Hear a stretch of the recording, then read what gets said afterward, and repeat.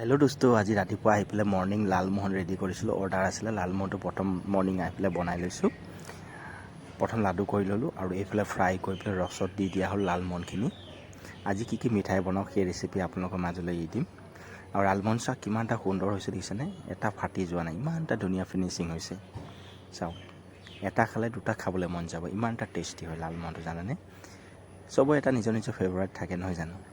আৰু এইফালে বনাইছোঁ গজা, দেখিছেনে? ধুনীয়া গজা বনাইছোঁ।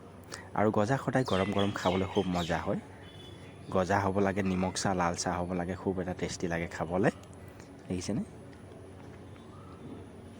আৰু ৰসত ডুবোৱাৰ পিছত অকণমান টাইম ৰৈ দিব লাগে, তেতিয়া ৰসটো ভিতৰলৈ টানি দিব, তাৰপিছত বাহিৰলৈ উলিয়াই দিব পাৰি আৰু লগতে খাব পাৰিব। গজা সদায় গৰম গৰম খাব লাগে, গজাটো ঠাণ্ডা গজা কেতিয়াও খাবলৈ টেষ্ট নাপাব। এইফালে উলিয়াই দিলোঁ এখন থালিত, আৰু এতিয়া আলমাৰিত সজাই দিব। গজাটো স্পেচিয়েলি হয়, একদম ডেইলি লাগিব, ডেইলি বিক্ৰী হয়। ইয়াত 100 পিচ গজা আছে, ডেইলি বিক্ৰী হয়। আৰু এইফালে চাওক কাটা নিমকি বনালোঁ, আৰু এইফালে কাটা নিমকি মোৰ ৰেডি কৰি গ'ল। এইফালে গোটা নিমকি ভাজি আছোঁ, দেখিছেনে? ভিডিঅ'টো হয়তো ৰখি ৰখি যাব পাৰে, বেয়া নাপাব, মোবাইলটো ইমান ভাল নহয়, অকণ ৰখি ৰখি যায় মাজে মাজে, জানেনে? আৰু এইফালে বনাইছোঁ বুন্দিয়া লাডু। মোবাইল এটা ল'ম বুলি এটা সপোন আছে, আজিলৈকে মোবাইল এটা ল'ব পৰা নাই।